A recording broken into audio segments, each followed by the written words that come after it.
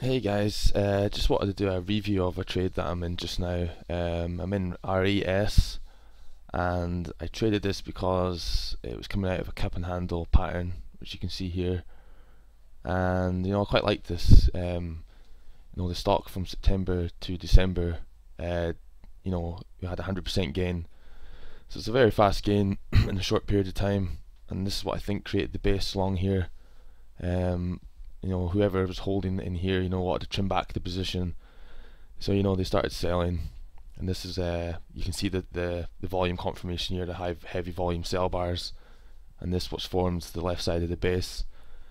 Now, those who weren't involved in the move, they like to get in this stock, so they start maybe accumulating down here, maybe put a bottom in the base, and you can see kind of this volume confirmation here of the up days.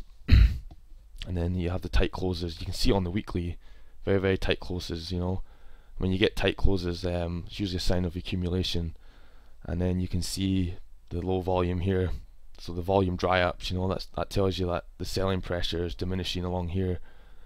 Now the right side of the base, it's been created. You can see the increasing volume along here. And then we have like the handle pattern. So this is like another shakeout. So this kind of gets rid of some weak holders that perhaps bought along here.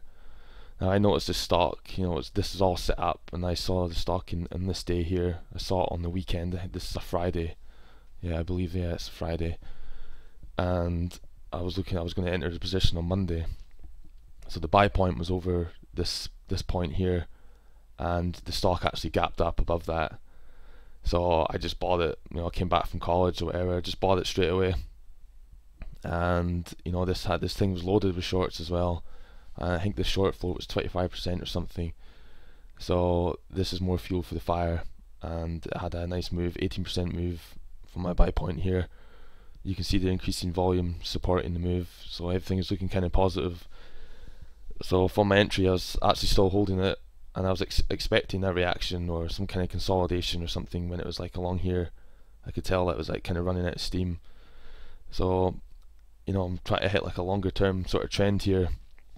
So I knew fine that I would have to hold my stock through a normal reaction, and I kind of got like a bigger reaction than I thought. And this actually came on April Fool's Day. It's a pretty bad joke if you ask me, because it absolutely wiped out all these stops here, and look at heavy volume as well. And so whoever like bought along here and was like maybe putting a trailing stop in it or whatever, they obviously got taken out. So I didn't have my stop on the machine, so I've got like a mental stop, so I was okay, so I didn't get stopped out. But it's pretty rough to sit through it. But we came back and we tested the gap, filled the gap here, and immediately reversed. So that was just a sly move. And now we kind of sold off, and now we're like holding around the 20 period moving average. So coming out of the pattern, the handle pulled back to around the 20 period moving average. We kind of shot up, and now we've come back to test this area again.